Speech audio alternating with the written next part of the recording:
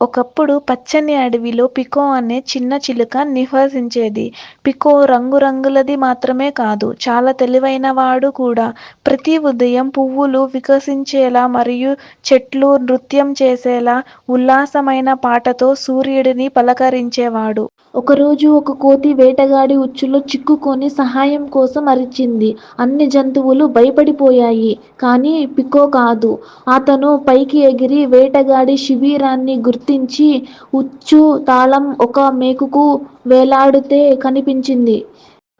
రెండవ ఆలోచన లేకుండా పికో కిందకు దూకి తాళం చెవిని లాక్కొని తిరిగి ఎగిరిపోయాడు. జాగ్రత్తగా అతను దానిని కోతి దగ్గరికి పడేశాడు. అది ఉచ్చును తెరిచి తప్పించుకోవడానికి దాన్ని ఉపయోగించుకుంది. అడవి ఆనందించింది. మరియు ఆ రోజు నుండి పికో పెద్ద హృదయంతో చిన్న హీరో అయ్యాడు.